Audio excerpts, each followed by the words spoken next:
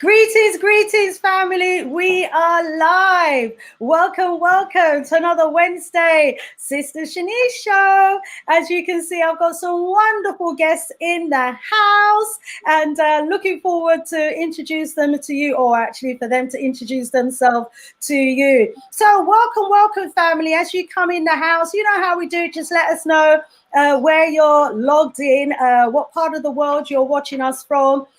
You, our important audience, you know, is very much part of this show. Okay, so you know, just feel at home and welcome on board. So as you can see, we've got a new face in the house, Sister Veronica. Welcome. Please introduce yourself.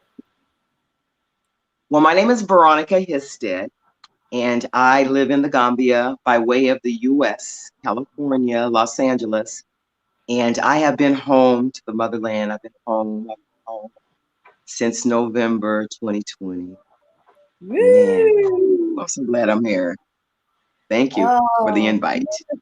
Beautiful. And ladies, I've been watching you. Thank you. I appreciate you. I wanted to say greetings to both of you and the whole panel. I like being around movers and shakers. I like being around people that's not just talking, moving it. But thank you.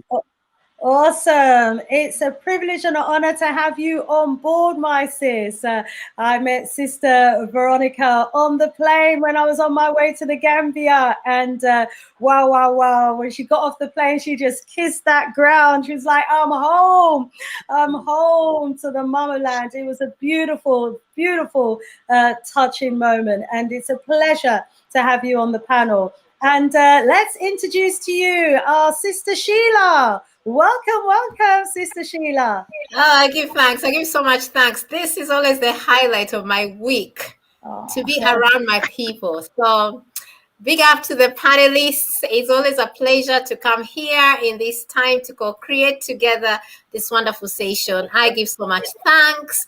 And I give thanks to the viewers and the listeners who are always here to give us the audience. And together we all co-create this positive experience for us and our people and our universe. I give so much thanks.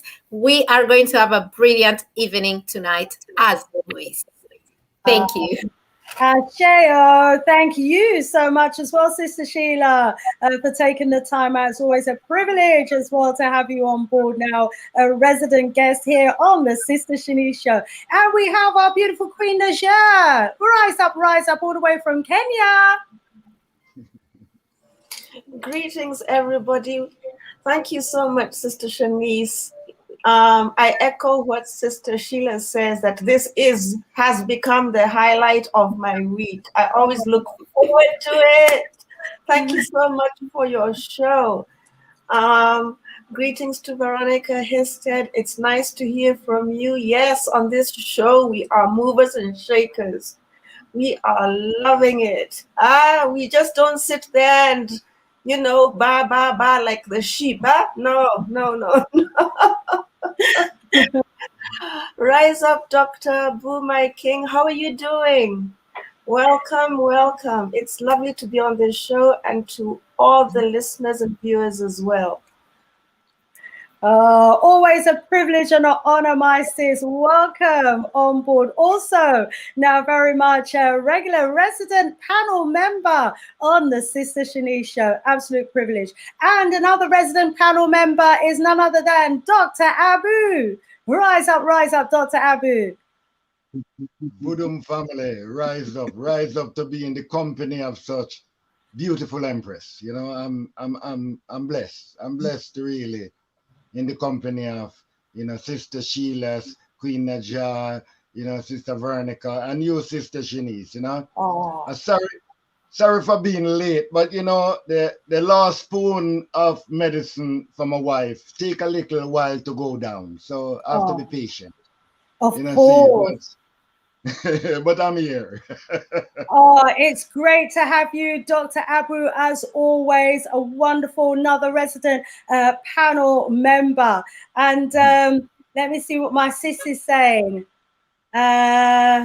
Okay, not sure. She's not sure how to log on. Let me just send her the link again and let our sister know. All she needs to do is to click this link, and then she'll be able to join us, because we have one more panel member who is going to be joining us today, a new guest who we're going to be seeing for the first time here on the Sister Shanice Show. So as always, we have a wonderful international panel, and we've got our audience members coming in the door as well. Family, as you come in, let us know, where are you in the world? Where are you watching us, viewing us from? So let's go over to the chat now. Audience members, your role is just as important as our role on the panel. We like to hear from you. We like to hear your views, opinions, and your comments. So, you know, we bring them in during the course of the show. Okay, so let's see who we got in the house. Oh, we've got Maduada in the house saying greetings and evening to the African family. Oh, wonderful, wonderful. And we've got Sullivan in the house saying greetings, family. Obiaman in the house saying highly blessed family. Special welcome, Sis Veronica. Yay, you get a special rise up, my sis. Yes, and we've got the last African in the house saying one love, Sister Shanice Show. Big up yourself. Welcome.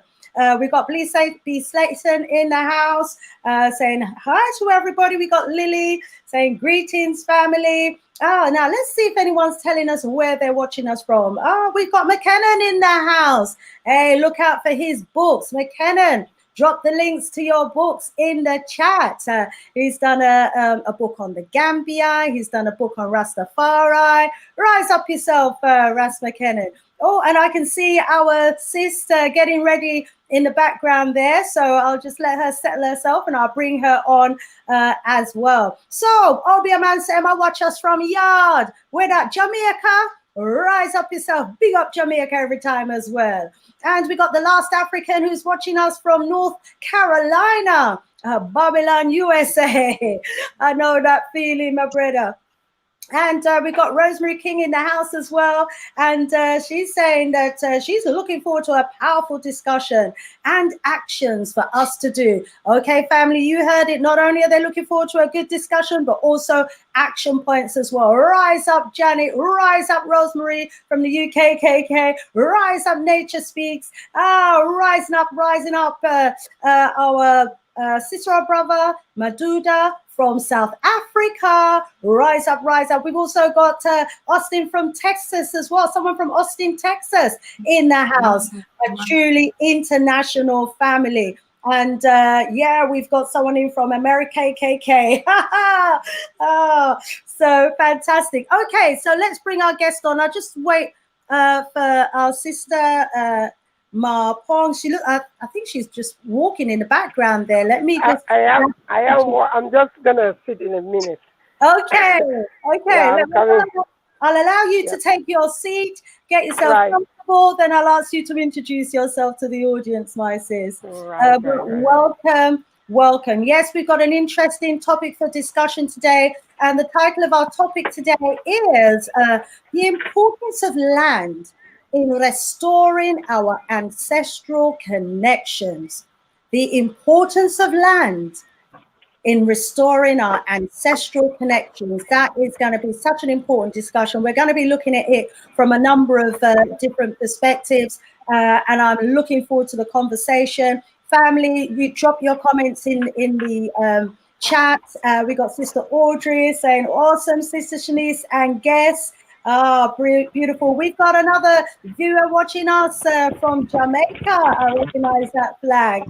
And we've got Africans watching from Ghana, Sister Afri-Jamo. Rise up, Sister Afri-Jamo as well. Okay, where's Ma? I'd like her to introduce herself before we start, but as you've seen, she's just settling in. So we may actually need to just kick off and bring in our sis along the way. Okay, so family, wow. I'm sure, you know, you must have seen the headlines today. Let me get a link. My sis, Ma, if you can put your phone on mute for us, please. If you can mute your phone. while you're settled. Let me. Okay. Yes. Okay. Looks like she's settled now. Okay, Mark, please introduce yourself. Take yourself off mute. Oh, let me see if I can take you off. Okay. There you go. Good. I've unmuted you. Well, thank you, Sister Shanice, for this opportunity to meet my other brothers and sisters and to talk about Africa. I'm grateful. I'm calling from Minnesota. It is, of course, in America.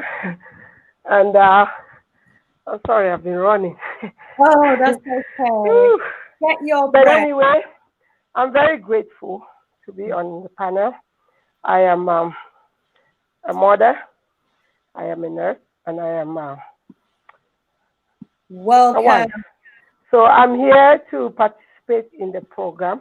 And as time goes on, I can tell you more things about me as I listen to the other people express themselves. I've listened to you for many, many weeks and months, and I've always wished to meet the panel because we are talking about productive things. I've been trying to find a channel through which I can be more than just a talker. And I think this channel is it. And I don't believe we have to reinvent things. Once a sister is going ahead with a platform like this, we need to come behind and support with the ideas that we have. So I'm grateful. Thank you. Thank you too. It's a privilege to have you on board, my sis, and look forward to the contribution. I've enjoyed some of our conversations behind the scenes, and I'm looking forward to our audience now also getting the opportunity to hear some of your thoughts and opinions. So before we go into the topic for discussion, well, in fact, we can actually link this matter to the topic that we're going to be discussing. So I'm going to go around and ask for some opening remarks regarding the assassination that we're all just learning about that happened in the early hours of this morning in Haiti.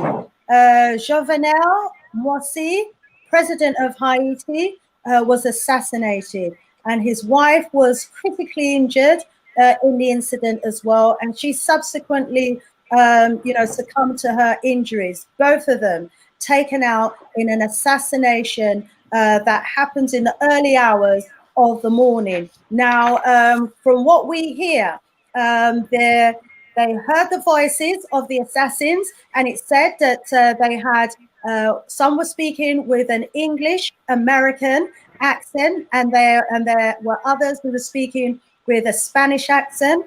They went in, all guns blazing, and took out the president and his wife. Now, there's a lot that I can say about this, especially, when it's to do with Haiti. But before I go into one, let me go around the panel and just invite our panel members for some opening remarks, and also to invite our audience to share their thoughts on what has taken place. And of course, we send our condolences out to the children that have been left behind, who are now orphans as a result of this incident. Send my condolences and our condolences out to all the people of Haiti who must be mourning right now. Obviously, we know it's a country that's very politically charged and politically divided, but nevertheless, this is another traumatic experience for the people of Haiti who've been through so much. But let me go around the panel and get some opening remarks, starting with our sister Veronica. Sister Veronica, I'm not sure if you were aware of this particular incident, and if you were or if you're not, do you have any thoughts? I thought you'd probably go to, your panel that's, your state. Oh, I can do that. I'll start. No, you're next to me on the screen, so that's why I was just going to go around the screen. But you know what? You're new, so let me bring you in. Let me allow you to just warm up, a bit first. Queen Najah, who's next to you. Queen Najah, unmute yourself. Let's have some opening remarks from you regarding this tragedy. When I heard about this morning, I'll be brutal and say that I wasn't surprised. You remember, Sister Shanice, that I had come up on this show before and we had discussed about the assassination of our presidents in Africa. And the way that it was going was that it is not going to stop anytime soon. This is an agenda. So for me, I was not surprised, sadly. The signs are all there. Like how you can read the weather, and once you get to know the weather patterns and understand them, you know when it is going to rain, you know when it is going to hail, you know when it is going to snow. So we have been reading these patterns, and it's not going to get any better, unfortunately. We hear you on that, Sister Najel. Thanks for sharing your opening remarks and your thoughts on the situation. Sister Sheila, let me bring you in here. When I heard the news, my immediate thoughts were how easy it is to take out an African leader. It's extremely easy because they did it in his home at night sleeping. So he was not out and about in the road or somewhere unsafe. He was in his home sleeping at night. So you would think that a leader's home is secure. You would also think that he's got, the best security, especially because the country had been under some tension. So there's already issues around it. So you would think it beefed up his security. So it's more secure than normal. And then you hear at night when you're sleeping, someone just comes and kills you in your own home. So what does that say about the state of the security of the commoner Haitian? And what does it say about the other Africans elsewhere, the African leaders elsewhere? It simply means one day we can wake up in the morning and people have come and they've killed the leaders and everything. It's which brings to question this idea that how protected are we in our land? How safe are we in our land? Because if in our own land, something like that can happen to the one that holds the highest office, so how safe is it to someone that has got no security? The commoner that just operates with no security. Right. And then how safe is it for us who are in other people's land again? If this can happen in your own land, then how is it? So these are the questions that went around my head, and I thought, these are the things that play with the African psyche. These are the things that we may not think deeply about, but they do affect us. They do sit in our genes and in our memory, and we just know that we are almost not very welcome on this earth. And how does this pan out in the decisions that we make from now henceforth? Those were my questions around this idea. Thank you. Absolutely right, my sis. And yes, it's definitely sending a lot of subliminal messages as well to other leaders across the continent. It's telling them, you're not even safe in your own bed. It's absolutely shocking. Dr. Abu, let me hear from you. What are your immediate thoughts on this, my brother? Well, I'm not shocked. I'm not surprised neither, because I've been saying it that I don't watch horror movie. I'm living it. Hey. We African are living horror every day. Under the hands of certain European tribes. And I use the word certain European tribes. And we are afraid to say it, We were afraid to say what is the cause of our demise, not the symptoms. African is not my problem. You understand? My problem is the cause. And the cause is the colonial virus that blinds some of us today. That we cannot even see that we are even sleeping with the enemy.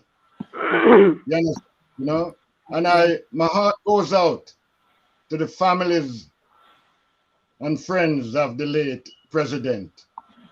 But they use poverty to kill the poor and use assassination to kill those in higher place. So they're all murderers. They kill us from all different angles. All we have to do, don't do what they do. You understand? Anything we're gonna do, make we bring it from our own thoughts. Our own thoughts. And from there will come all our weapon and all our defense that we need, not from other people. So I give thanks. I give thanks for life that I can be here today talking to you, family. Vudum. Vudum, rise up, Dr. Abu. We are certainly living a horror movie, and the people right now in Haiti must be feeling exactly the same way. Actually, they probably feel as though they've been living a horror movie for the last few hundred years. It's been a never-ending, horrific trail of events. Let's go to our new guest for today. Let's bring in Ma. Welcome, Ma. And please share with us your thoughts regarding the situation in Haiti. So my thoughts are that with understanding brings clarity. And when you're clear in your understanding, then you know your action. I want to start off by telling and saying that all Black nations of the world are corporations. And the leaders that we call our leaders are CEOs. The CEOs have directives. Whenever you see any one of them are assassinated, that's because they are out of their directives. So if we understand that, first of all, we will never call the leaders that we have who are staying on our leaders, because so the more you stay on is because you are towing the line. No matter what they are saying, the few that are doing otherwise they are a ticking time bomb. They're soon gonna be assassinated. These people do wait to see if the system would knock them off, if their opposition would knock them off, if their this would knock them off. When that don't work, they will assassinate. So if you want to know the real leaders of Africa are the ones that have been killed. The ones that are on are CEOs. Their job is to guard the resources by suppressing the people, the indigenous people that they are in. But they cannot do this blatantly. So what they do is they use a system that they call election system to make you, the indigenous people, think that you are giving your voluntary right for them to rule you.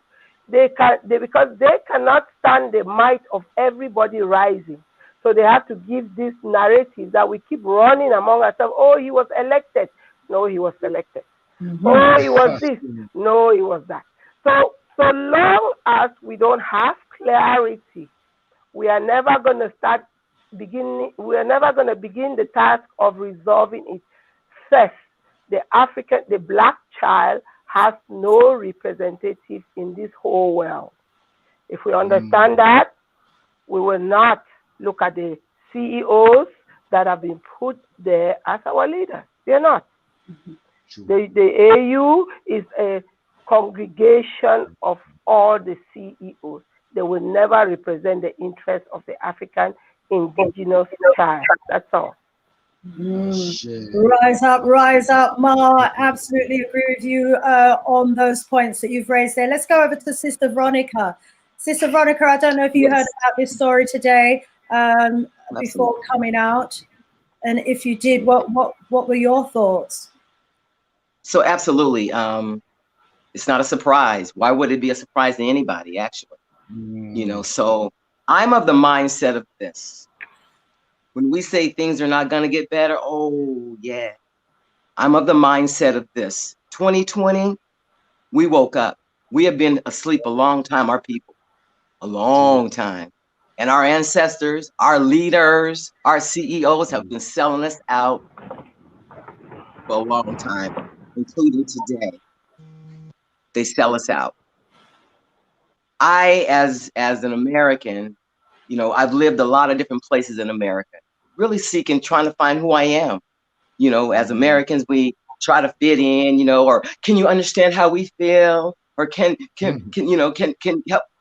And so you spend years trying to figure out how to be this mold to be like them. colonized, and we can't do it. We cannot. We tried. So Wow. I said, well, you know what? I'm going home. So I came home, and I felt so good. I'm connected finally with my people. Then my heart got broken. My heart got broken.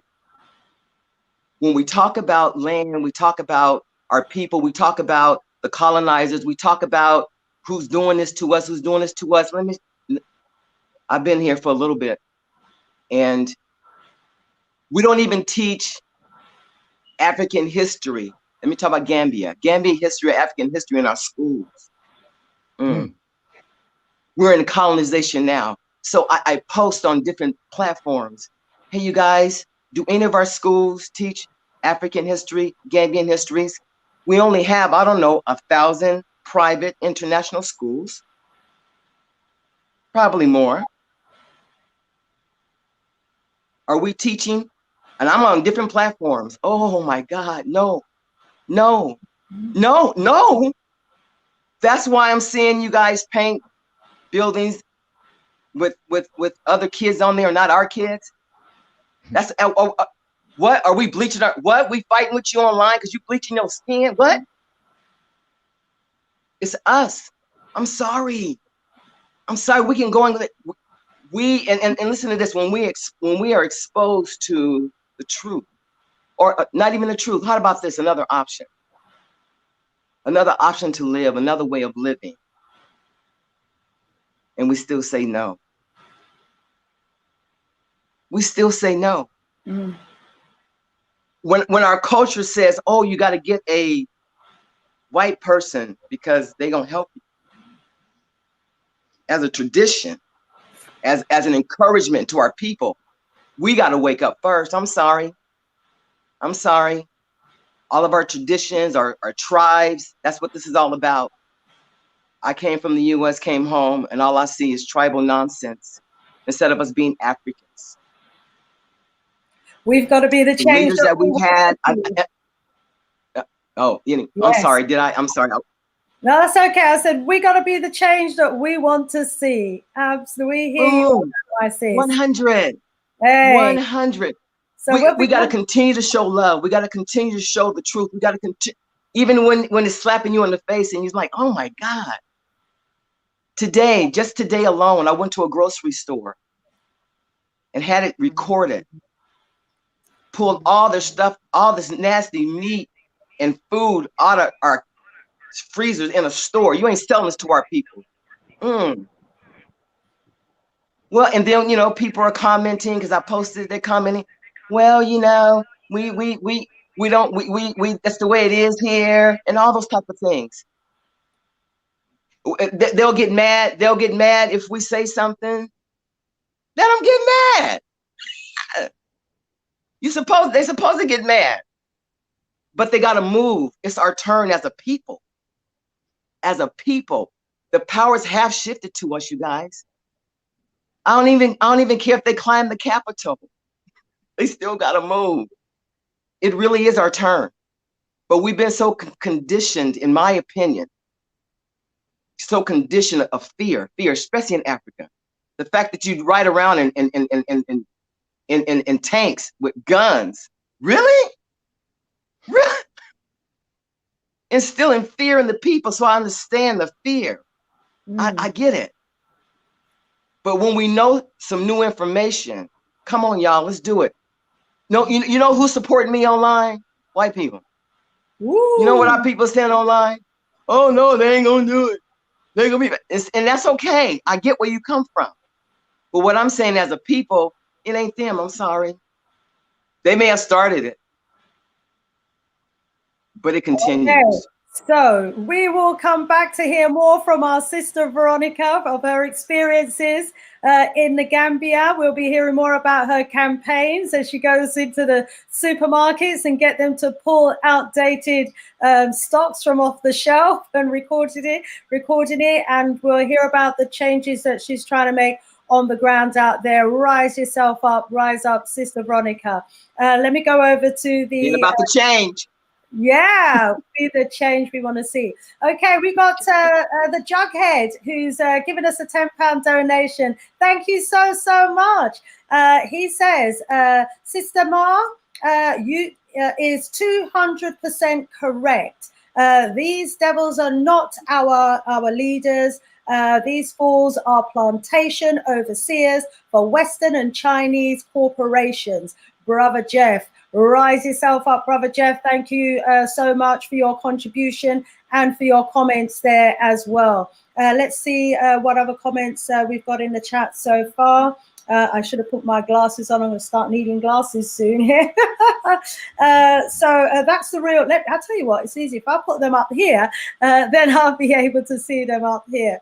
So this one is from Afrijamo, saying Bantu languages. That's a real shame. Could you not advertise on your channel, which I'm guessing you're already doing? I see East and West Africa being advertised, not South, unfortunately. Okay, maybe she's responding to something in the chat there.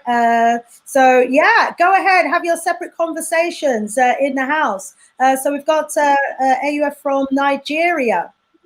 And saying someone should show us the products in the stores that are selling the bleaching products for babies. Oh my days, bleaching products for babies. Let's see what else. Different conversations going on in the chat there. Some of us will have to be left behind from growth and development. Okay. All righty. Let me go over to some notes that I've got that I wanted to share with you all, and it's a little bit of history of Haiti.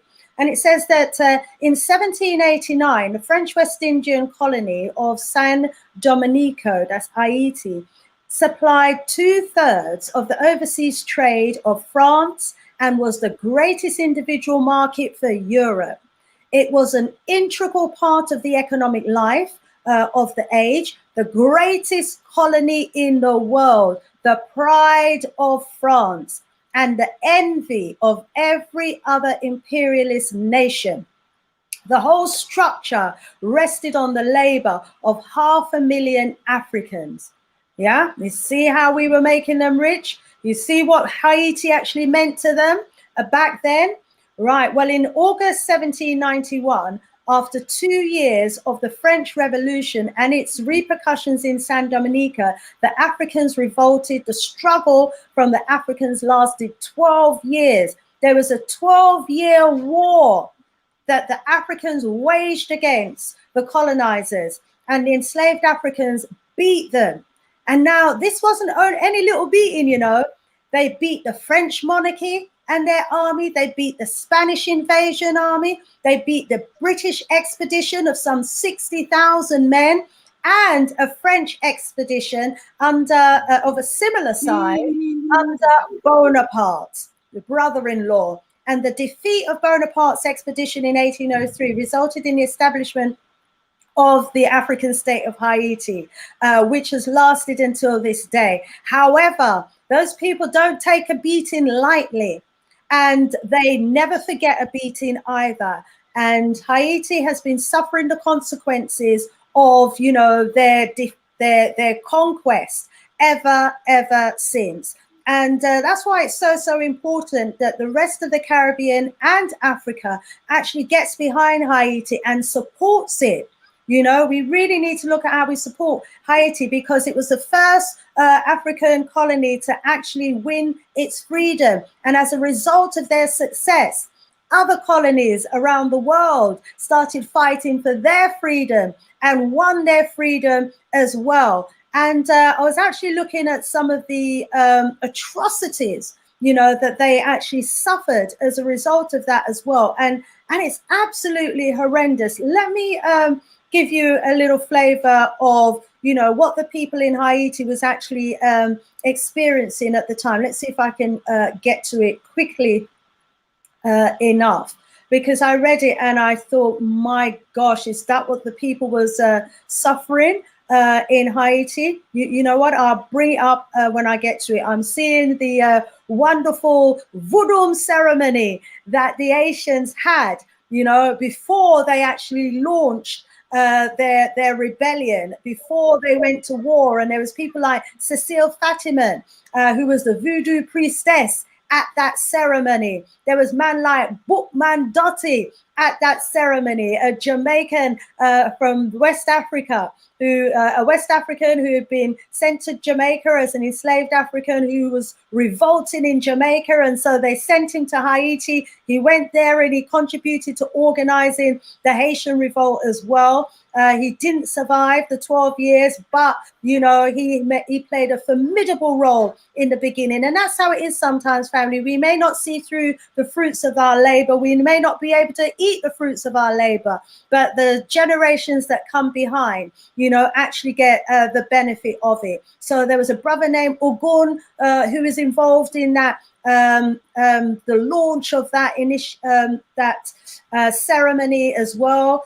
Bois Cayman, let's see who else was there, but a number of Africans who had held on to their African tradition of voodoo, and they were so charged as a result of that ceremony that, as I said, they just took out the French army, the British army, you know, they just slaughtered them, the Spanish army, and they've never been able to forget it. But then some of us might wonder, wow, you know, why was it that these people fought with so much might and so much terror? And how was it, you know, that they were able to fight the best armies of the day and subdue them? Let me tell you about a bit of the hell that Haitians was going through at the time. And this gives us an insight as well as to what our enslavement was like on the other Caribbean islands and other parts of the world where we were enslaved as Africans. And this little bit here talks about the hell of the Africans in Saint Dominique. It says Africans were whipped by the French settlers to accelerate the pace of production, and they have almost no right to rest. Their food is worse in quantity and quality than those of animals. They are dressed in rags. For the slightest deviation of conduct, they are put naked, the belly against the ground, the four limbs attached to pillars of wood, and whipped until their backs and limbs are covered with wounds. The cuts are so terrible that whipping is called to trim a nigger. One then takes care in pouring lemon or pepper on those wounds. The bodies are covered with scars. To some of them, cannon powder is put in the anus before making it explode. It is called make a nigger ass explode.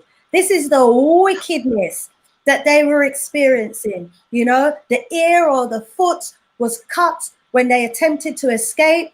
The Africans were made to wear muzzles in tin to prevent them from eating any of the sugar. The women were raped regularly by those white overseers.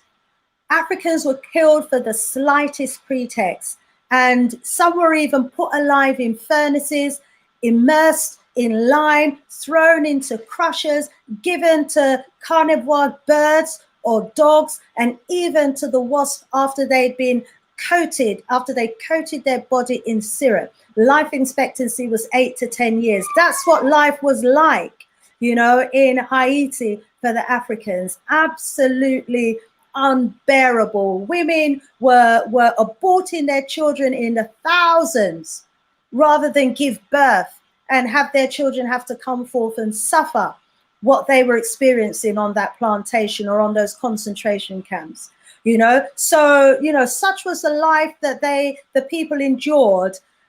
They revolted and they beat those armies and sent them all packing. Anyway, the powers that be have never forgotten it. And until this day, you know, Haiti continues to suffer. And we mustn't, you know, underestimate, you know, the fact that the French are still fighting over Haiti. You've got the British in there fighting over Haiti. You've got the Americans, it sounds like, in there. And you've also got the Americans, the French, and the Spanish from the sounds of it as well. So remember, just like how, you know, in the scramble for Africa, before they sat down at the Berlin conference, they were all fighting each other, weren't they, over African land.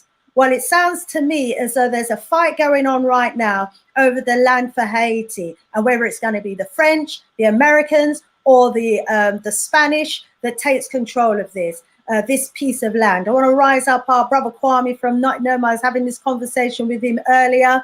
And so thank you for dropping those nuggets and those thoughts, and to highlight the fact that, you know, the mercenaries behind this, you know, whether they're Europeans from America, Europeans from France, Europeans from Spain, or Europeans from any other part of Europe or the Western part of the world, are basically fighting each other for our land and our territory. And we're going to go on to talk about land now, the importance of land in restoring our ancestral connections. That was just the story of Haiti and how they actually fought for their land and how they managed to get back their land. However, today, despite many African former colonies getting their independence, to what extent do they have control of their land? My brother Kwame, rising you up again. Let me just quickly throw out some statistics, and then I'm going to go around the room, the panel, so to speak, because, you know, when you look at these statistics that my brother Kwame has provided for me, makes you realize, and as he's pointed out as well, that to a large extent, although many of us may have won our independence and are supposedly now, you know, independent, to what extent do we actually own our land? To what extent are we in control of our land? So we've got Azania, 84% of the land in white hands. Oops, someone needs to put their phone on mute. We've lost Ma. Hopefully she'll be back with us again quite soon. Yeah, so let's have a look at the land situation and to see the extent to which we actually own the land. So 84% of the land in the hands of whites. Namibia, 40 to 50% of the land is in the hands of whites. In Kenya, white people own about 20% of the land. And there's one white family out there, the Dalamere family, who own over 100,000 hectares of land. In Zimbabwe, whites are still owning, you know, large amounts of land. About 10% of the land is still in the hands of Europeans, despite Robert Mugabe's land progression program to reclaim the land for the locals. And there's also minor white landowners in other countries such as Angola, Mozambique, and Botswana, you know, and of course, we've got the corporations all over the continent as well that have got huge tracts of land where they're mining for platinum and gold and oil and other resources on the continent, you know. So to what extent, you know, now are we really in control of our land? And what are the implications of this as well? Let me bring in Sister Najer.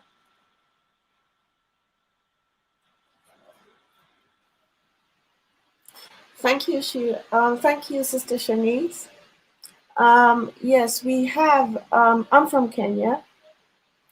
And I've been fighting and trying to educate our people about our land issues and the fact that we do not have the control that we thought we had over our land. We're still very, we're very landless, and there are a lot of issues, especially pertaining to land ownership. Much of this, much of the issues come because of colonization and because we also adopted a lot of laws from Britain regarding land ownership. And we can trace the history of our land, and when the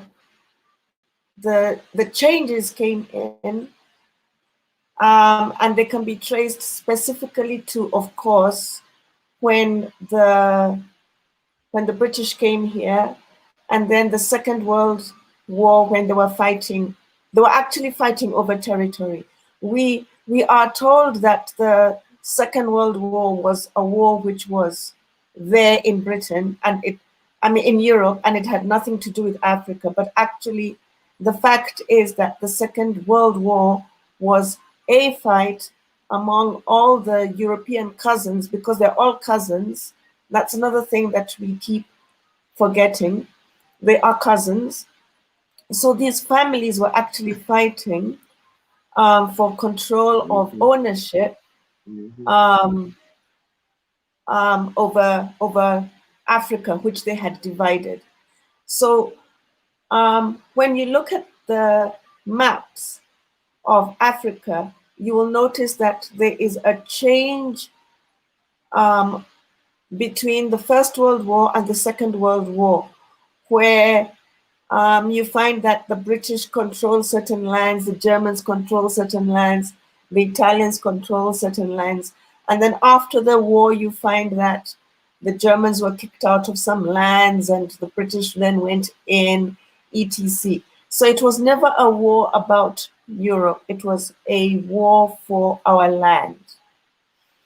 Now, we were kicked off our land, okay? And they did this by any means necessary. They assassinated our leaders, just as they are doing today. They assassinated our chiefs.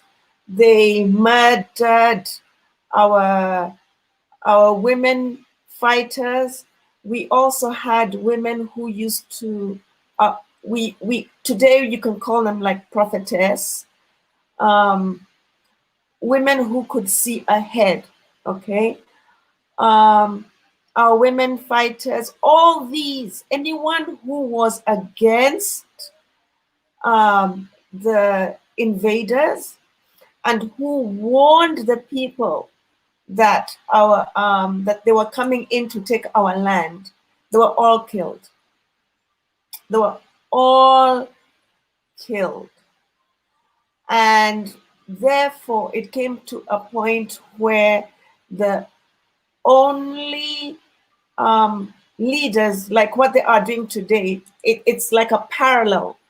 It's like a parallel.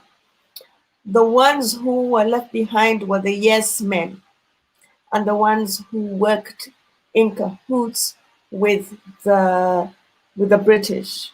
That is here I'm talking specifically about here in Kenya. So our history regarding land is very emotional. It's very, there are some who don't even want to talk about it. There's a long history where we couldn't even discuss land matters in this country. If you did, you were thrown in jail. We have tribunals regarding land being returned to original people. So this issue is like a time bomb. So it's not only just about land belonging to certain families or groups of people that we today identify as tribes, okay? Certain groups of people. So it's not only about that ownership of groups of people, and I'll say this later when we come around again, but it's also about the breakdown of how women were the landowners, and they invested in the land because they were the ones who would grow the food. The men were the ones who took care of the animals and the cattle. And they were also the warriors, okay, and who would also take care of the groups of people, okay, that now today we call tribes. So the women were the ones who planted food. They're the ones who planted gardens, and this also goes into the roles of a woman. This also goes into birth, okay? And it also goes into death. It goes into where we would bury our people. All this is connected. And now today, one of the reasons that we have such emotive discussions regarding land is because we have many of us in Kenya are actually landless, okay?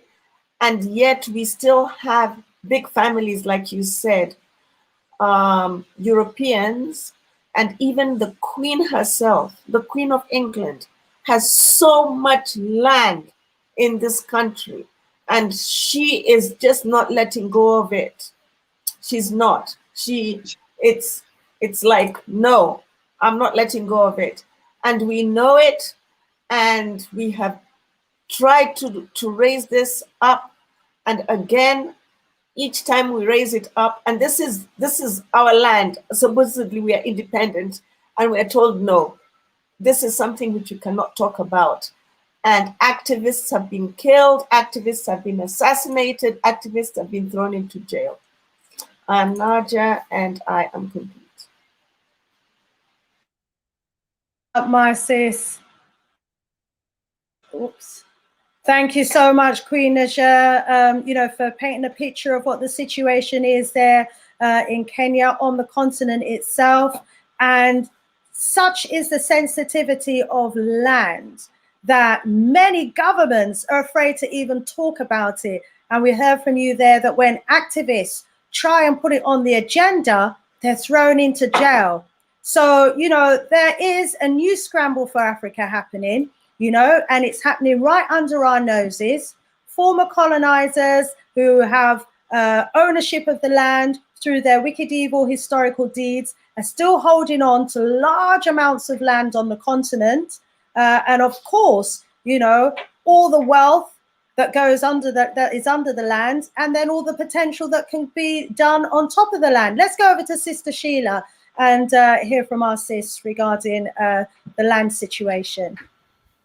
I give thanks. When we talk about the land, I never know where to begin from. So I will begin by, first of all, saying the land of Haiti is the one country in the Western Hemisphere that had refused to take their portion of vaccines that had been allocated from World Health Organization. So they said they didn't need it. They didn't take it.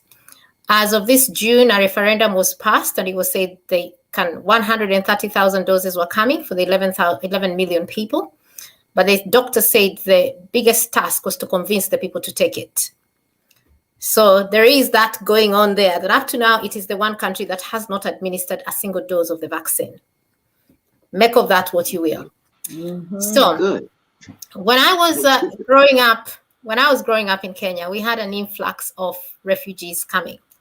So we had first the Somalis, then we had the Rwandese, then we had the Sudanese. These were people that war had broken up in their country, and they had come to Kenya. Now, some of them went into asylum into refugee camps. We had a big refugee camp in Kenya, and some of them managed to come to the estates and live with us. The ones that came to live with us in the estates, they were the rich ones. Those were the ones that were able to escape their country and manage to come and live in another country as the residents of that country. So we grew up with the Somalis next to us, and the refugees and the Rwandese next to us, and the Sudanese next to us. We went to school with them. We did not understand why. We did not understand war. What I remember as children, we knew that they had such a flamboyant lifestyle that we could not afford. We ourselves, we didn't know what was happening. And I remember one day I was talking to my mother, and my mother was a very harsh mother. And I could see that these other parents, I think war changes you. So the way you parent your children when you're fleeing from war, you end up being extremely tender, being extremely gentle. I think part of it is because you could lose the child, or maybe you'd already lost other children. So these are the ones you managed to escape with. And we were having an altercation with my mom about something. And I said something like, I wish I was raised in the Somali household or in the Rwandese household, because I saw so much care and tenderness there. And my mom said something to the effect like, they have no home.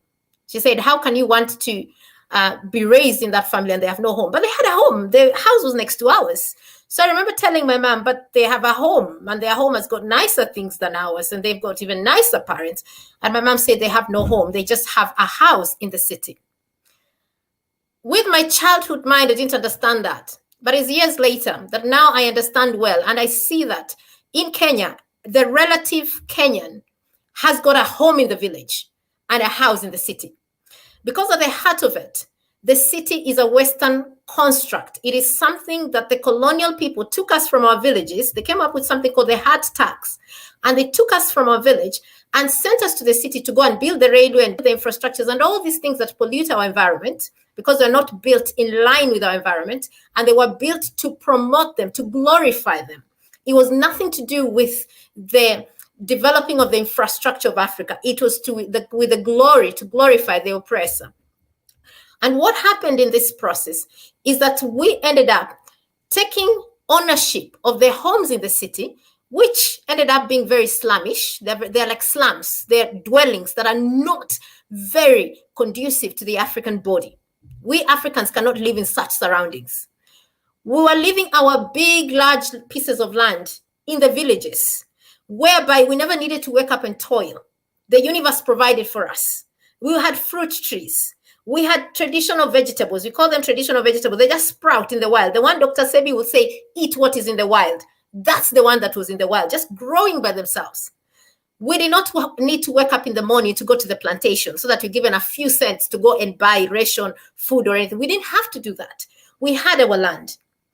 And then they came up with this heart tax. And when you look at the issue to do with the heart tax, there's a lot of history behind it. In Kenyan homes, there is something they put at the top of the hat.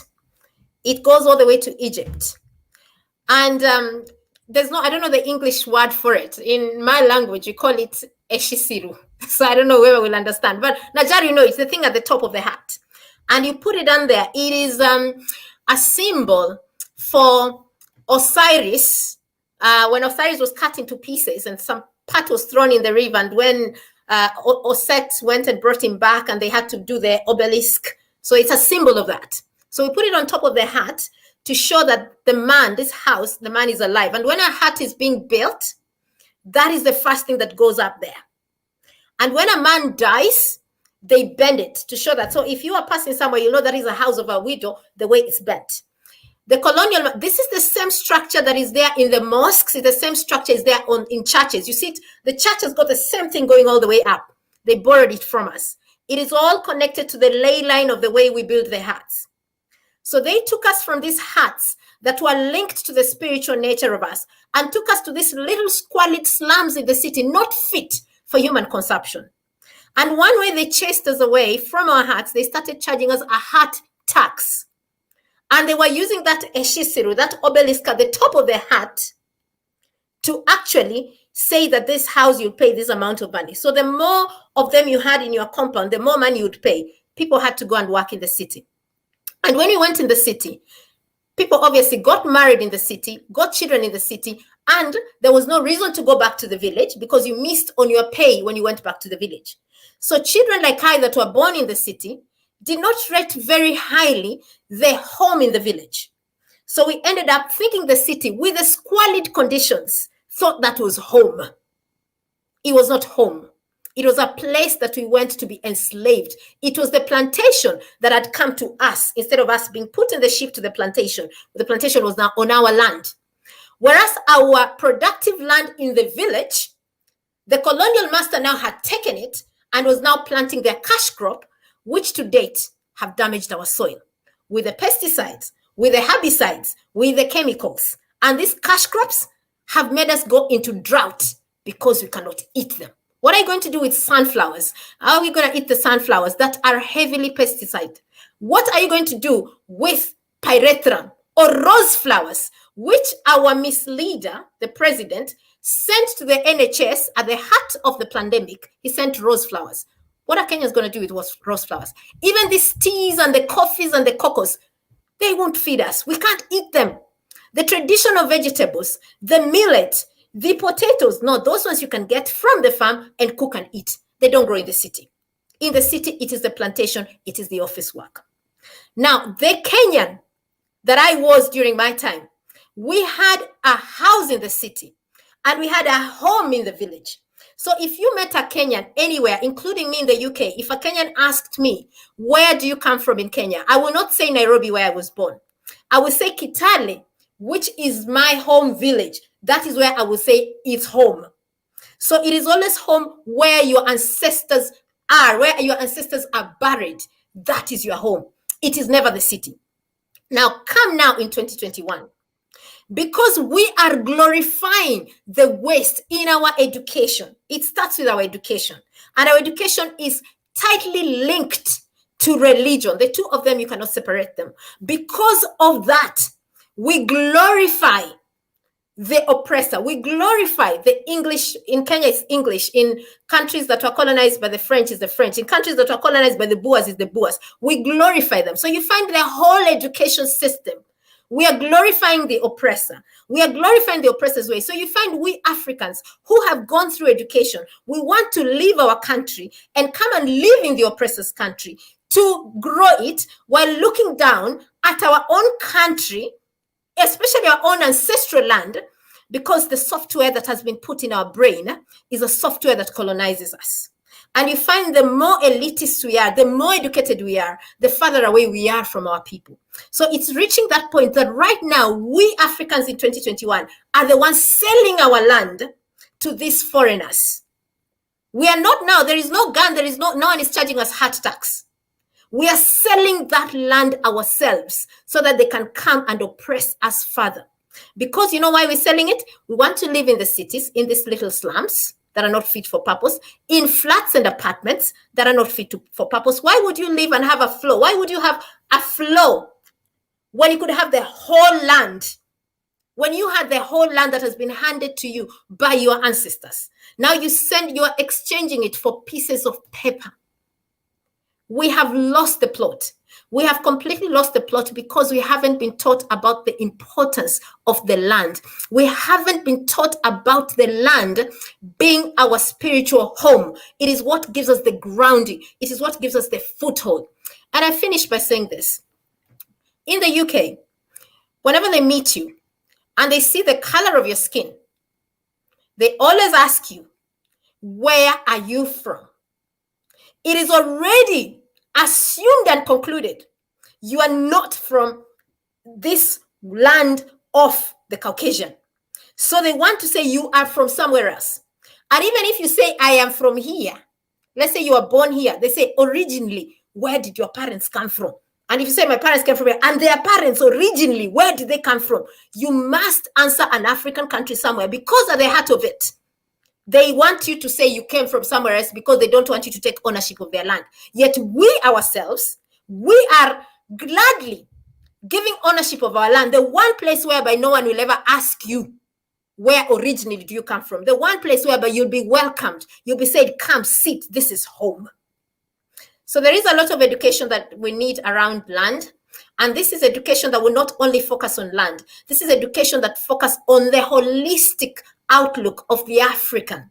The African person isn't just giving away their land. The African person has given away their spirituality. They've given away their whole value system. There is no value in being an African. And that is why when you go around and ask an African, do you know what African education is? They will start giving you a European education, because that to them is what an African education is. That is not a European. An African education is an African education, and it builds the value of the African. And it starts with the value of the land, the value of your people, the value of the person that you are. I give thanks. We give thanks to you as well, Sister Sheila. Rise up there. So true. And Brother Daniels is saying, we have allowed ourselves to be bamboozled. We have indeed. Land is everything, says Brian. and absolutely have to agree with that comment as well. And, you know, you're so true in what you were saying there, Sister Sheila. I won't go into it now. Let me bring in some of the other panel members. Let me give way because of time. Dr. Abu, let's hear from you, my brother. Oh, I just realized you're the only man on the panel today. But, you know, welcome. Well, and I know where I'm from. I'm from a woman. You understand? And that's, you could never talk about land. You could never talk about land and not talking about the family. You could never talk about the family and not talking about the woman. And that is where we are, because the sister Ma talk about the corporation, and she's so right. Because we are coming from a principle of Ma son, the female energy, until they take it and turn it into Freemason and turn it into this masculine. So you see, we are run by the dick, not the womb. That's why we have a lot of dictators. You understand? There's no nurture. There's none of that nurture to nurture the world. You understand? And we put all of those things in front of the family. We put religion in front of the family. We put industry in front of the family. And we put politics in front of the family.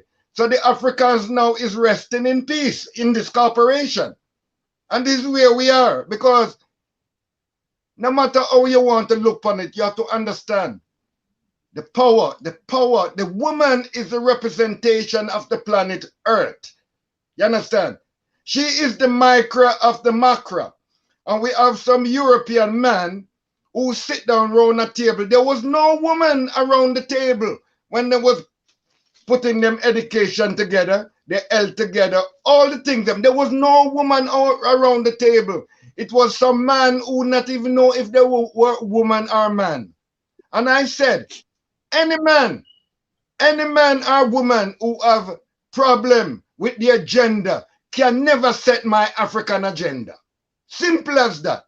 And we must not afraid to say what it is. I grew up with my grandmother, and she was the bastion of that family. You understand? When she done questioning, you thought you were with MI5, I want to do it. She know the blood group, she know your financial, everything. Today we lost those. We lost those, you understand? Because many Africans are addicted to white privilege. And we must try to get proper counseling center that we can counsel our people. Just to the thing where Ma is saying. We have to counsel them out of the corporation. That's what we have to do. You know, if a set of people go through that trauma and never been counseled, can you blame them to go to work every day billing their galas? And this is what is happening to our people. We are billing our damn galas because every test that we do in life is to please white people. When are we going to start to please ourselves? Vodum. Vodum, rise up, Dr. Abu, as always. Yes, indeed, I have to agree with you there. We are being run by dictators. Hence why we're in the problem that we're in, because we've lost that balance, you know, of the male and the female. Thank you, you know, for reminding us of the important role, you know, of the woman, you know, the one who has given birth to creation, you know, the one who is connected, you know, to the land, the family. You know, I think it's Rwanda that has about 63% women cabinet members. And, you know, is one of the best run countries, one of the cleanest countries in the whole of Africa, because the woman doesn't only think of herself. She thinks about the children. She thinks about her husband. She thinks about the family. She thinks about her sons. You know, she thinks about everybody, quite often putting herself last. And beyond her own family, she thinks about the community. She thinks about the environment. She thinks about the animals, the woman, the nurturer, the carer. And as was said earlier, I think by Najir, the men back then in her village, they knew their role. Their role was as the protector and the provider. The The woman was the nurturer. She did the farming. She brought the food in, you know, and provided the food for the table. You see, we had our roles. We knew our roles. But now, you know, our roles has been completely messed up. And let me go back to the panel. Ma, let me bring you in here. Take yourself off mute, please, Ma. Okay. I'm still learning this technology. That's okay. And I'm hearing myself. I don't know if you guys are hearing an echo. I'm hearing you fine. Have you got, maybe you've got another device on. Have you got two devices? No. So anyway, I'll just speak over myself. Just don't worry. I'll start by defining consciousness. That consciousness is the power that alerts the spirit to take the right action to ensure survivability. Once I've said that, I'm going to go and analyze the consciousness of the European in terms of land. The European land is very small. Their consciousness about land is that of scarcity. And their consciousness about land is that of partial barrenness. Because in the winter season, they can't grow food. So with that consciousness of scarcity, it has caused them to be an entity that is an aggressive hoarder. An aggressive hoarder. A people that accumulate things, even though they cannot explain what they need all these things for. War. You have to understand that that mindset of scarcity out of the abundance of their system is all that they preach in their religion, in their education, in their legal system, and that's the mindset that has prompted them to leave their land, go all over the rest of the world in search for land that they cannot explain what they need it for. True. Now, I've explained that, and I will go now to explain a little bit about us. We come from a part of the world where all we see is abundance. We see abundance, and until the European thought process comes and start giving us an idea of scarcity, we never had one. We never had one. If we left our own land to go elsewhere, is to go and educate other people, explore, because we are a people that have been born into freedom. But that aspect of us, which is a good aspect, has one downfall. The downfall of our abundant nature is that it has made us not to be as aware of our enemy as we are supposed to be. That's why Sister Shanice can talk about the victories that our forefathers had, but today we are still in subjugation. Why?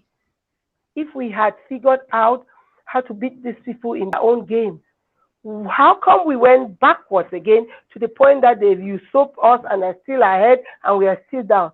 It's because of our weather and our nature and our consciousness of abundance.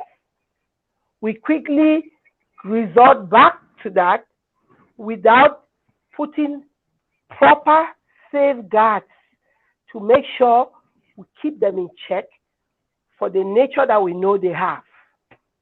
So that I had to come out and explain it, because I believe in once you understand, it's the lack of understanding that allows us not to act appropriately. We need to develop the right consciousness that will allow us to take the right action to ensure our survivability. Now, the land. We are a people that use our death, our ancestors, to bury them on our land, because we could swear by them. We could say this land is ours because our fathers, or mothers was buried on that land. What did we allow the Europeans to do?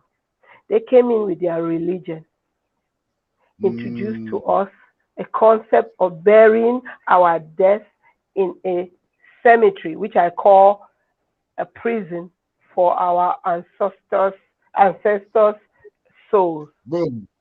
We took our ancestors out of the land that they secure, and we allowed ourselves be trained to carry this, our what can I call it?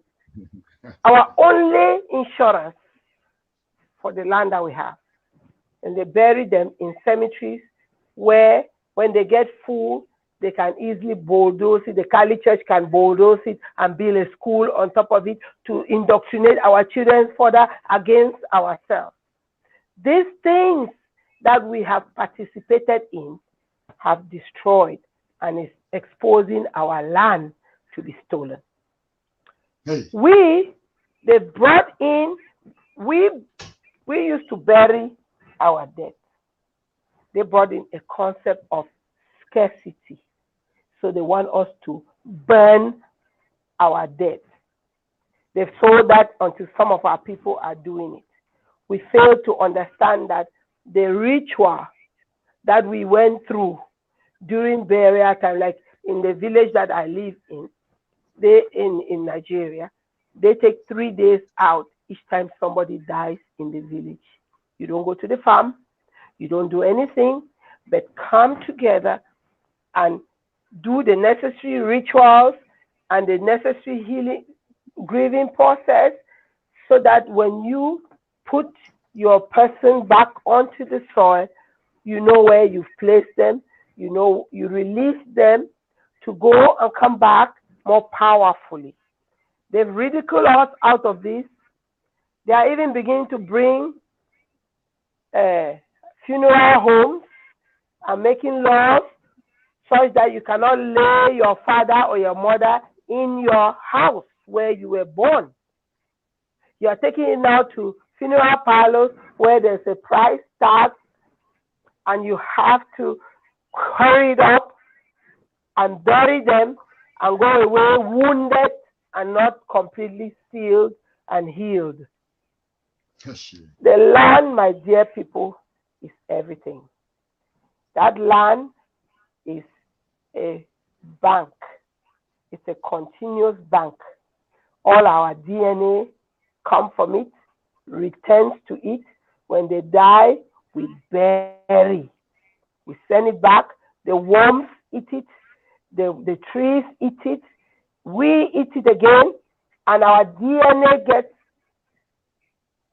When women used to get born in the placenta was given to us, we took it and we buried it on the land. We planted a tree. We buried it under a plantains that will produce many plantains, and we will eat.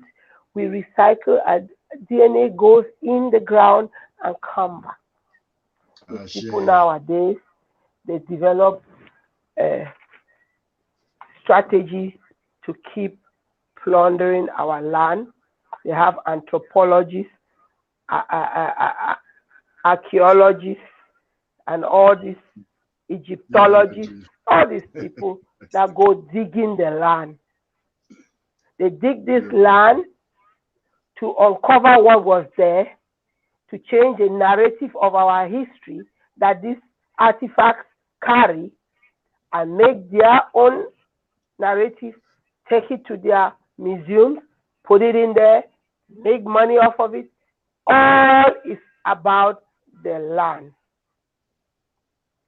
I can go on and on and on and on. But the last thing I will leave you guys with is something that the sister said. I just want to project it even further. During the Second World War, our colonial masters took our brothers and sisters and fathers to go and fight in that World War. When they fought and came back, they started demanding for their independence because they went and observed the vulnerability of Europe. They saw that they were nothing, and why would these people be ruling us? And having developed the skills too of warring the way they did, they felt confident to come back and demand for independence. What happened when they demanded for independence? The Europeans understood differently. They did not understand that what our people mean is total independence. So in their nature of trickery, they decided to draw a conclusion that what we don't want is that we don't want to see white people imposing all around our land. So they drew back, cultured, took some of our own people who are indigenous people and entitled to the land too, open up all these universities in Sierra Leone, in Ghana, in Cameroon, all over. And then they declared that they should bring us to independence by educating us and making sure that we can self-govern. But what they really did was took black people and infused their white mind into our black people, so that as they walk the land to secure the land and the resources on their behalf, we will not be, will be confused about the game that is being played. We're not going to be able to attack them, because when we start attacking them, they'll say, oh, it's your African brothers, it's your own people. Meanwhile, these people are black on the outside and white on the inside. That's why they can put military that are our own black-skinned children shooting and killing African children, women, mothers, and everybody, and nobody is talking. The Europeans are not talking. They're going to say, oh, there's violence on both sides. Oh, but you have to respect the state. Oh, this and that. These people have played a game on us. And the reason I love platforms like this is because those of us who can articulate all these things can bring it together for the everyday people to quickly understand and develop the consciousness that will allow them the action that they need to carry out the necessary things to ensure their survivability. I'll stop there. Rise up, my sister Ma. You know, powerful input and contribution there. And you just illustrated from birth to the grave the importance of land. You know, even right now, if I think of my grandparents' land in Jamaica, they're buried on the land. You know, ancestor after ancestor was buried on the land. I'll just mute you there so we don't hear the feedback. Was buried on the land. We knew, you know, where our parents were buried, our grandparents were buried, our great-great-grandparents. We knew our ancestors, you know, and as was said before, when we gave birth, you know, our placenta was buried on the land as well. We planted trees there, you know, where the land, so we knew where our placenta was buried because, you know, the tree was there and we grew with that tree. Also, as you were saying, our DNA, you know, kept coming back as well, because our DNA would be in that tree. Our DNA would be in the fruits of the tree. We would eat the fruits of the tree. We would spit the seeds out and the seeds would grow, and our DNA would be on the seeds that we would spit into the ground. And so it was almost like we were reincarnating ourselves. We were ensuring that we would come back, you know, because, you know, of that connection that we had with the land. We were at one with the land. And the other beautiful thing about the control that we had over the land and the sensitivity and the connection that we had with the land is that we took care of the land. We took care of the environment. We took care of the insect world, the animal kingdom. You know, we took care of the rivers, the marine life and everything. But these people who have no connection with the land, but just want to seize land, which they have been doing since they came out of the Caucasus Mountain caves, They've been systematically making their way across the entire planet, committing genocide and getting rid of the indigenous people from that part of the land wherever they tread, and they leave a trail of destruction behind them, seizing the land. But they have no care for the land. They destroy the land. They plunder the land for its wealth. They take out so much gold and then they put it in vaults. You know, when we used to mine gold, you know, you would see the work of art, you know, from that gold in our furniture, in our pots, in our cutlery, in our earrings, yes, in our jewelry and our accessories. You would see what we did with the gold and the minerals that we took from the earth. But they take it out of the earth and they lock it up in vaults. But yet they keep plundering. You know, they keep taking the oil out of the world as well, out of the ground. Oil which has taken billions of years to form. They take it out, and then we wonder why we have, you know, the earthquakes when the plates are rubbing together. We wonder why, you know, the world is experiencing the hurricanes and all the other problems that we're experiencing.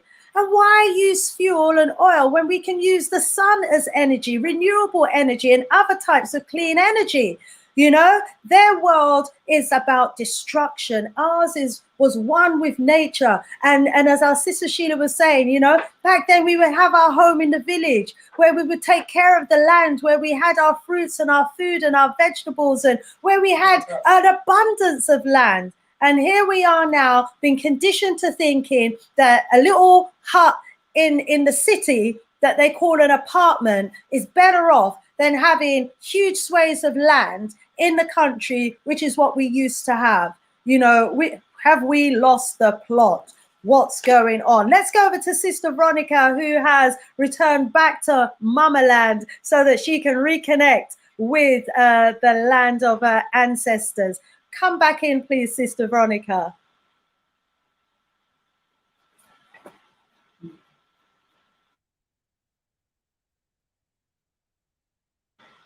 Seems like there might be a bit of a delay on our sister's phone. Sister Veronica, can you hear us?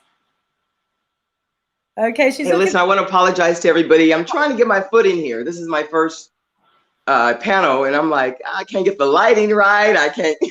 Oh, don't worry about it. So I'm trying to figure this out. So bear with me. Just continue. You know, this is such an awesome subject.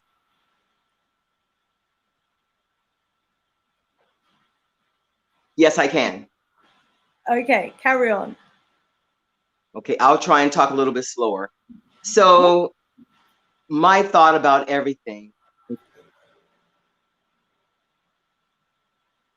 Okay. My thought about everything that we're talking about in the land. There's a delay. Yeah, there's a delay on the phone. Just carry on. Colonization. And it's that we're currently in. 100% we are in colonization. Period. 100%. And what they tell our people here is go abroad, go abroad, go abroad, go abroad, go abroad. That's the only way you're gonna make it.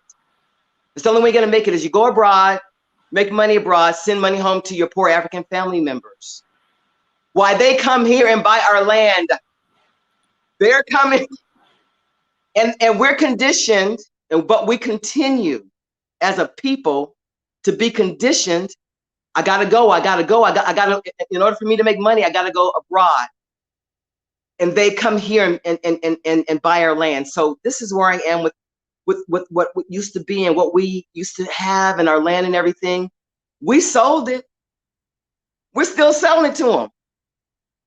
Our leaders, our CEOs, whoever it is, our El Carlos, we're selling it to them. We are selling out ourselves.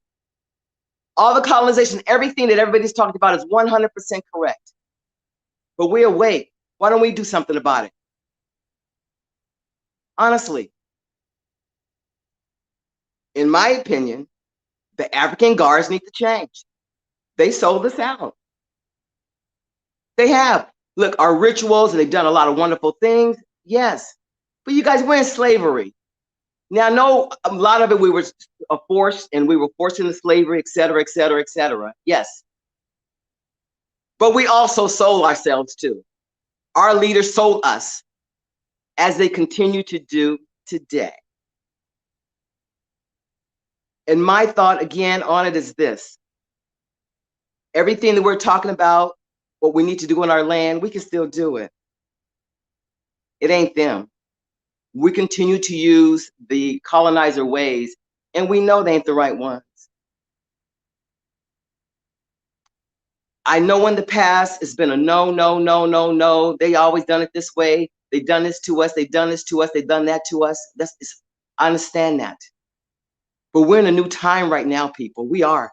African people, it's our turn.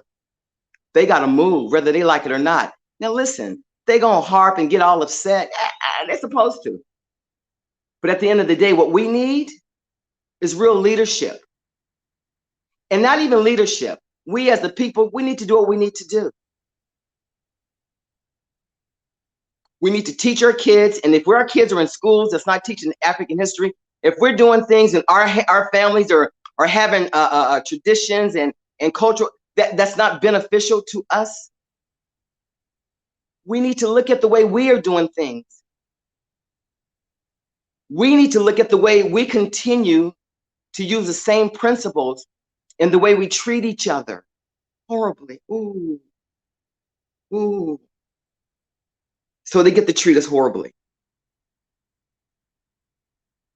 It's us. Yes, they did this, they did that, all of that. All of that. But we got to take responsibility at some point. When we talk about the land, they selling it. Our leaders.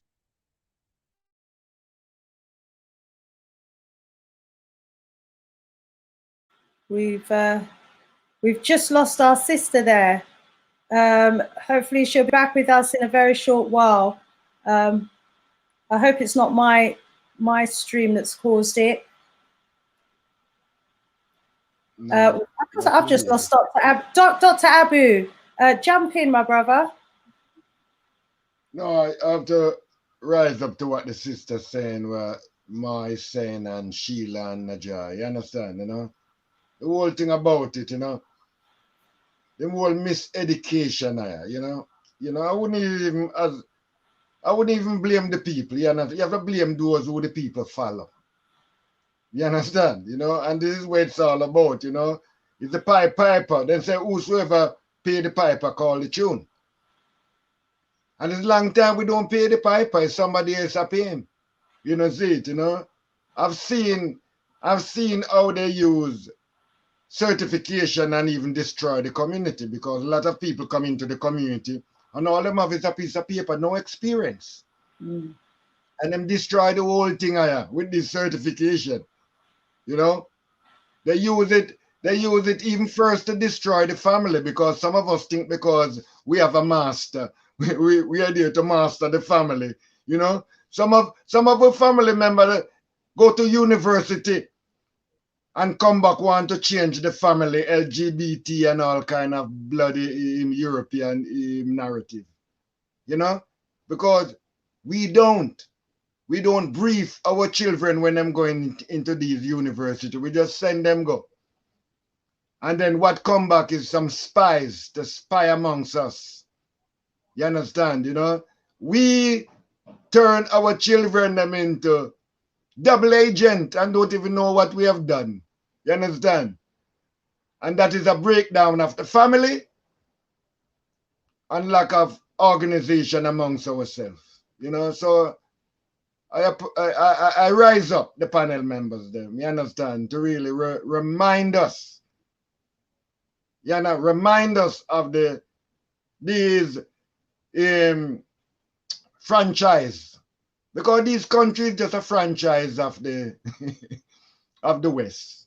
You know, they can never change the menu unless them get instruction from their boss. So give thanks, and all we have to do is just support one another, because none of us can do the wickedness to one another than what Wazungu do to us. And look how we forgive him. We even married to him now. So we want to wake up, blood. Simple as that.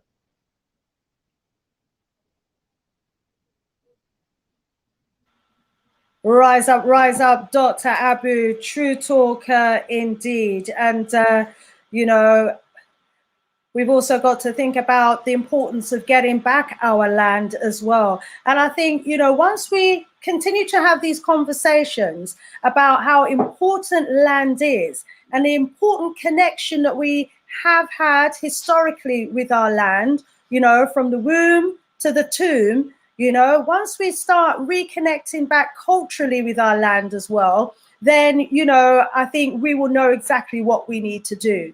But when we think of our land, as you were saying, you know, from the womb to the tomb, from birth, you know, from we're born on the land and as children, we're running up and down on that land. We play on the land, we dance on the land, we grow our fruits and our vegetables on the land. We, you know, we have our chickens and our goats and our cows on, you know, roaming around on the land. And, you know, a lot of love and joy, you know, we get from the land. And it's important as well, not just for what it can give us, but also for the wealth as well. You know, the land is wealth as well. The minerals that's under it, and you know, the green that you can get from the top of the land. It's so important. Let me go on here. I've got some notes here. So yes, in terms of the wealth that we can get from the land, we're talking about agriculture, we're talking about food, we're talking about even commercializing the level of food that we can get to the land so that we can, you know, supply the food to our family, our friends, our neighbors, and our neighboring countries as well. Our sister Sheila was talking about refugees. You know, it breaks my heart when I see, you know, these mercenaries going into villages and causing mayhem, and then our families have to run and leave their land, because when they leave their land, they're leaving their source of food, they're leaving their homes, they're leaving everything that they have behind. But if we were all planting fruit trees everywhere, if we were all harvesting, and not just harvesting, but planting everywhere, then that would mean that if we ever found ourselves in a situation as refugees where we would have to run and leave our land, we would know that we can find another land that has been cultivated, that's full of food and fruits, that's there for us. So we don't have to run into one of these Wazungu concentration camps where they will slowly poison us, where they will give us out-of-date poisonous foods. Who's seen the mice situation in Australia? Who's seen all of the food that the mice are ravaging in Australia? Where do we think that food is going to end up? Why do we continue to take food from other countries when we've got all the land that we need on Mama Africa? Let me bring in Sis Najer and then Sister Sheila. Najer, come back at us, my sis. This morning, there was a video which was shared in one of our groups where a woman was talking about her inability to buy seeded fruit for her family. This woman was in America, and she said that she went to many stores and none of them were selling fruit with seeded fruit. And in the same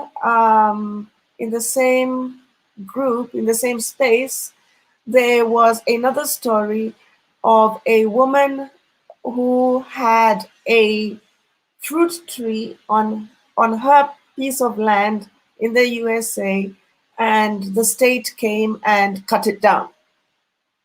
Now, we often take this for granted in Africa. We do. And we have been miseducated to the point where we do not value our land. We do not value what we have. Let me say what we have. What we have is spaces where if we drop seed, the seed will grow into food.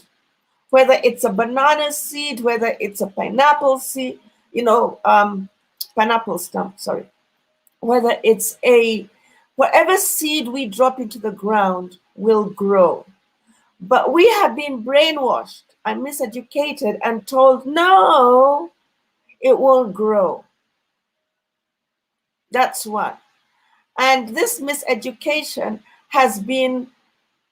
is given to us by a patriarchal society that never understood about planting. So let me go back and say again that women were the keepers of the land. Men were the keepers of animals. And this is why you find that it is clearly defined. The woman has the land. When she gives birth, where does she put that placenta? She puts it in her land. She's not putting it in some random place, people, okay? She's putting it in her land. You know, so when people come and say, no, women didn't used to own land, I'm like, excuse me. They did, because when they gave birth, and they didn't give birth to one child or two child or three child, okay? They gave birth from 12 to 22 kids, okay? So they put those placentas in their land, okay? In my language, I'm a Kikuyu, we have a differentiation in how we call those who look after land and those who look after animals. The words are different. The women at Tumia are the ones who are in charge of the land.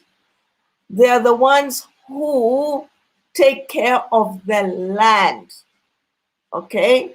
Now, the men are the ones who are called what is called Moreithi.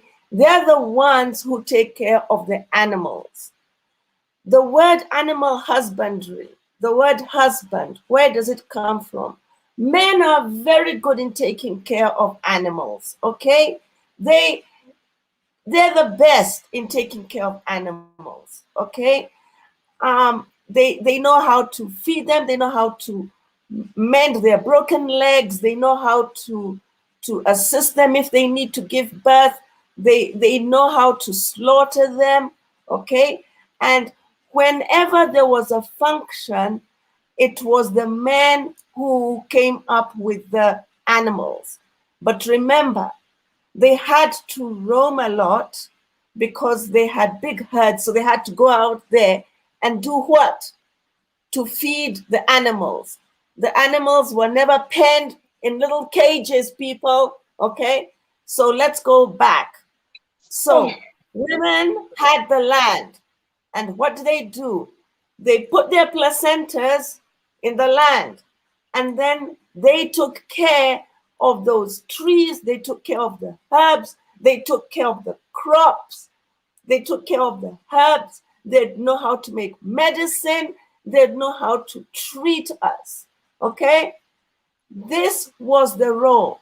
Now, once we were told, no, we cannot own land, so today there is that situation where you find that there are women who don't own land. Where are they supposed to put their placenta? Where did that law come from? That law came from, there's something which Ma Nyang said, and it's very true, okay? These foreign religions have really messed us up. She said something just now about when we pass away, and this is a tradition which we still do in Kenya today. The body of the person is taken to the homestead. But today, do you know what they call that? They call that witchcraft. They say that the body is supposed to go to the funeral parlor. I think that's more witchcraft. And they say, no, I am not going to be part. You know, these foreign religious people, they come in and they say, no, I'm not going to be part of that if you're going to have the body in the homestead, because that is, and they bring in curses and things like that, when actually it's the opposite.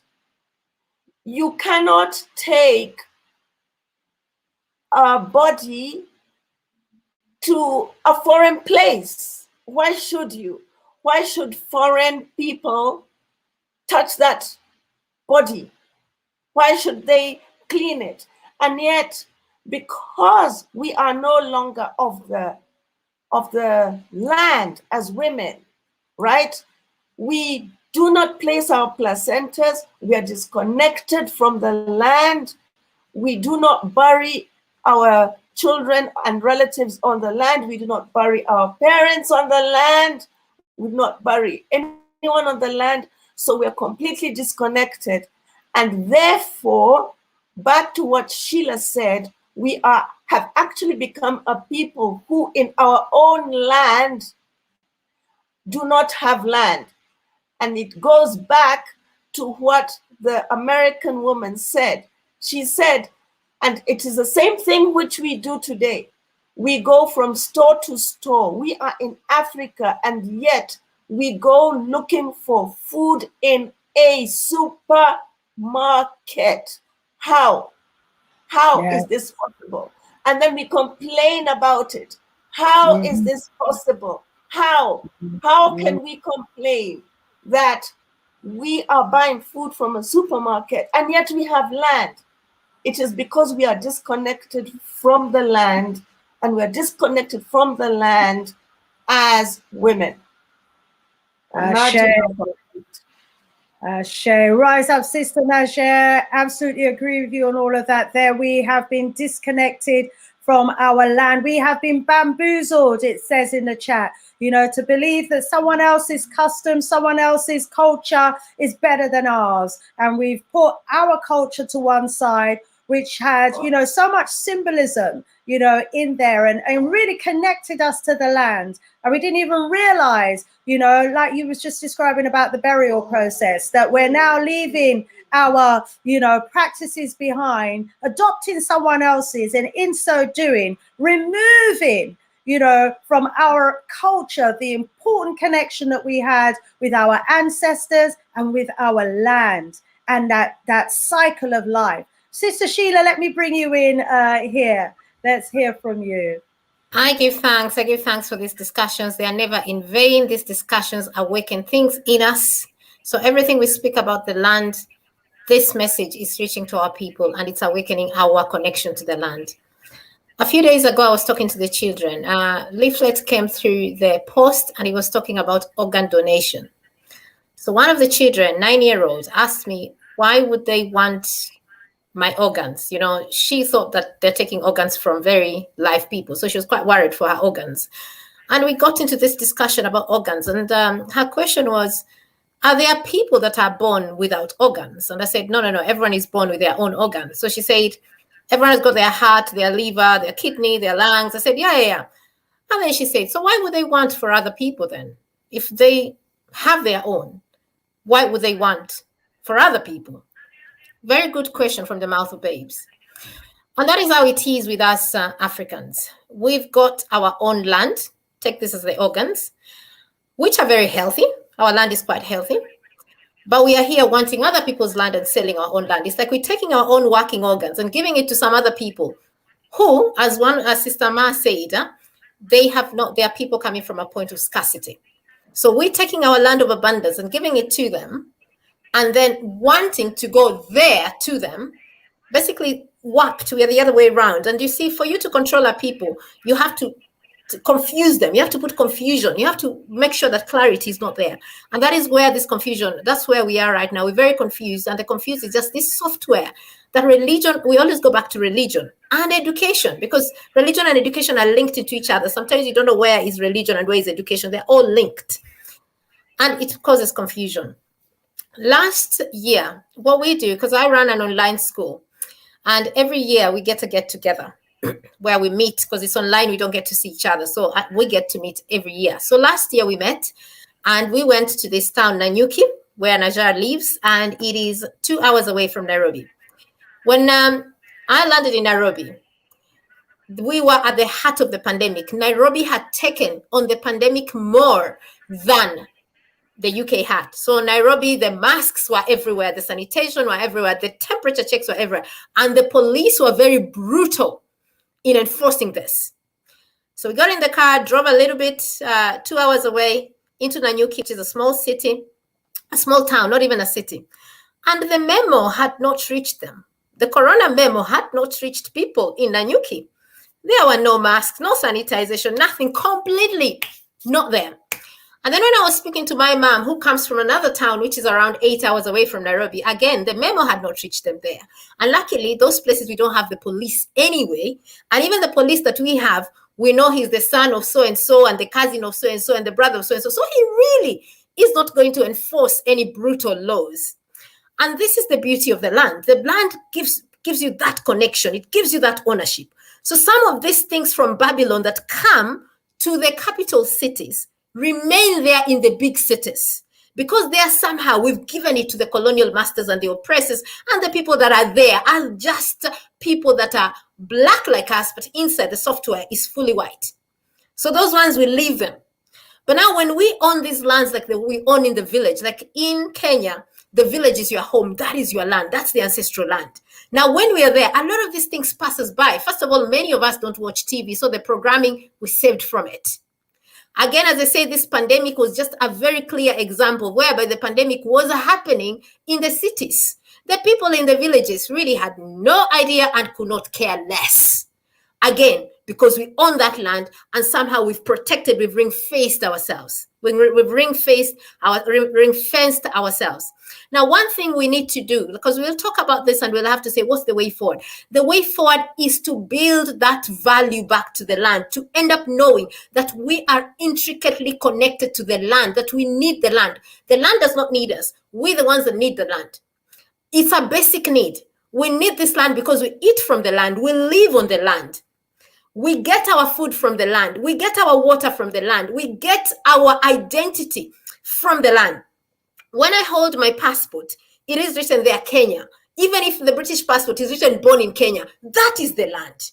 You know, we are the land. So we need to build back this love, this connection for the land. And one way in which we can do it, other than education, is by holding dear the cultural practices that promote the land. For example, in Kenya, if you've met, you are dating and you meet a man or a woman, there is no way you'll take that relationship seriously if they've not taken you to their village home, their ancestral home, whereby you've not only met the relatives that are alive, you've also been shown where people have been buried.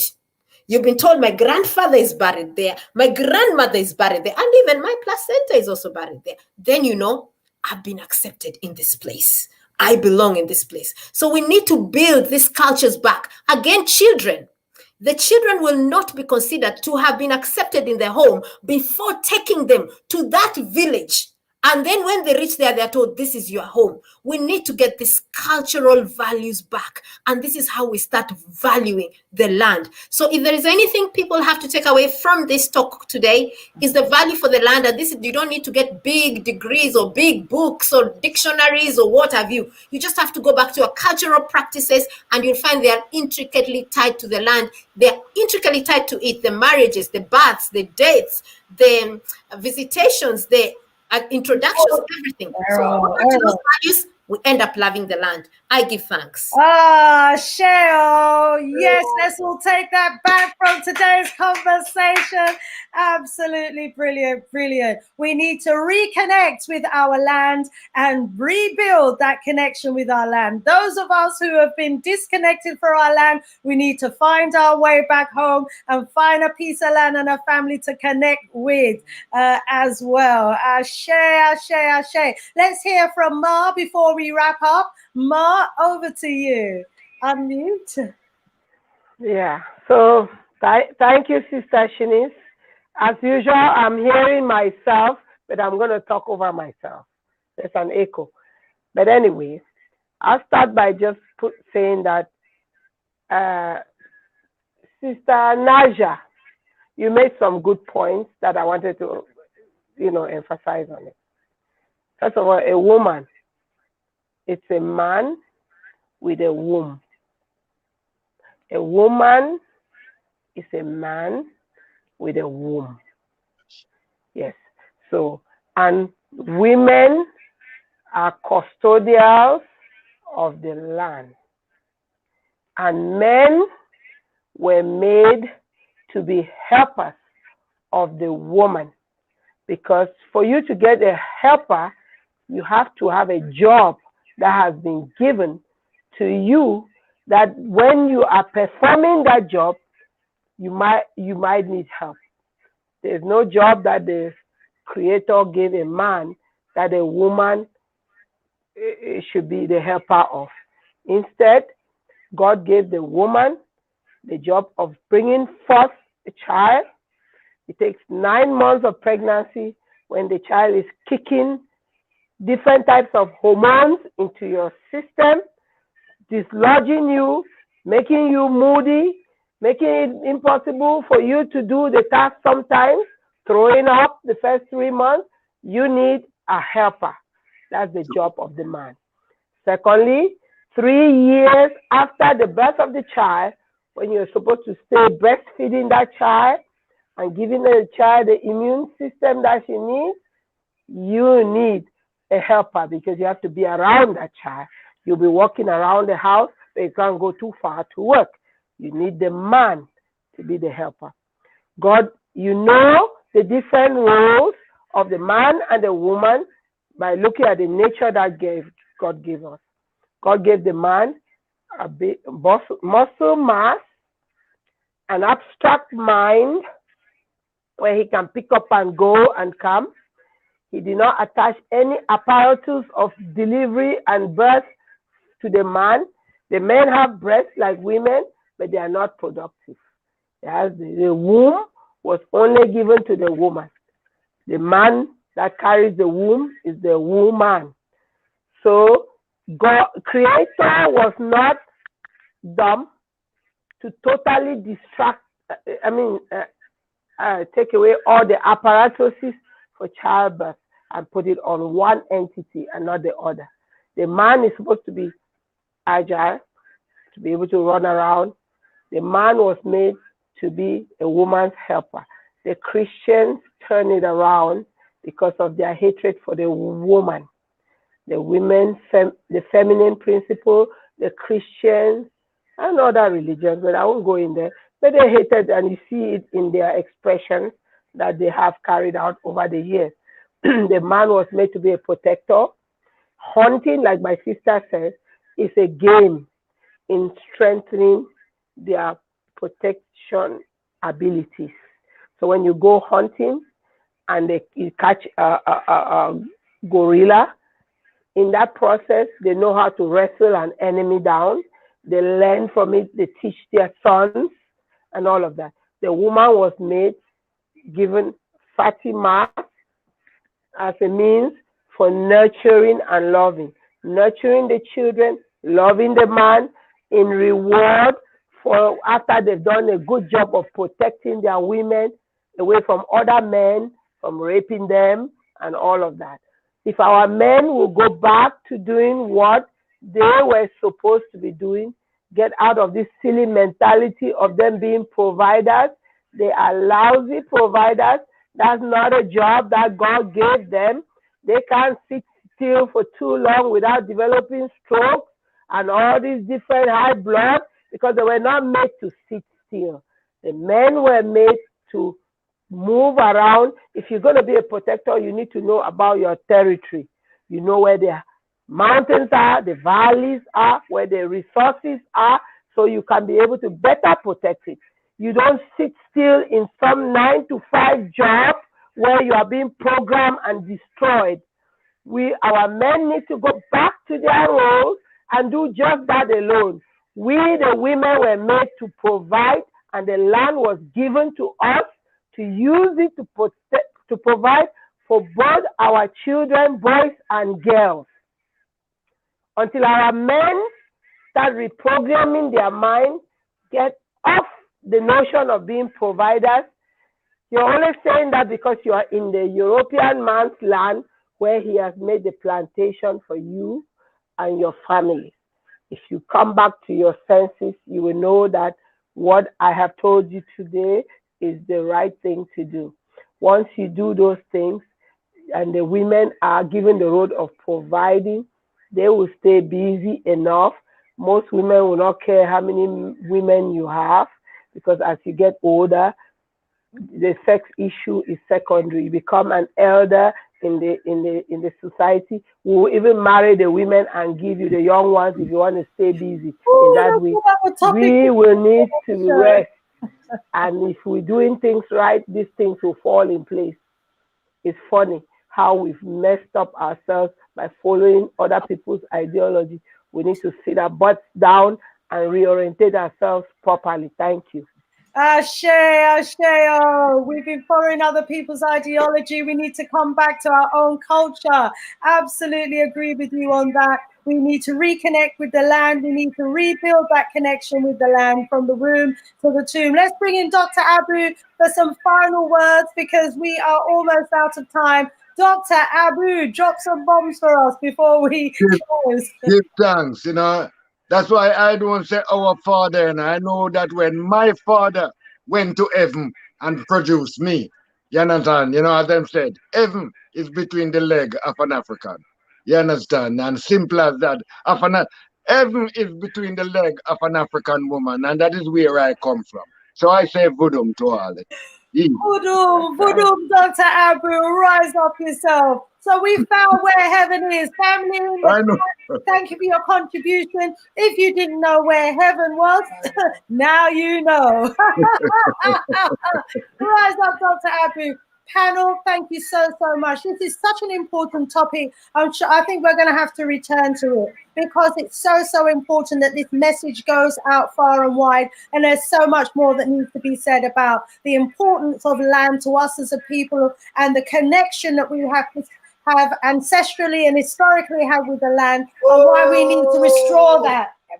And why we need to, sorry, it's watching football, and why we need to restore it. Rise up, family. More love, more power, more strength, more voodoo. Same time, next strong. Stay strong and powerful, family members. One love, one love. Sister Shanice, out of here for now. Share. Share. Voodoo.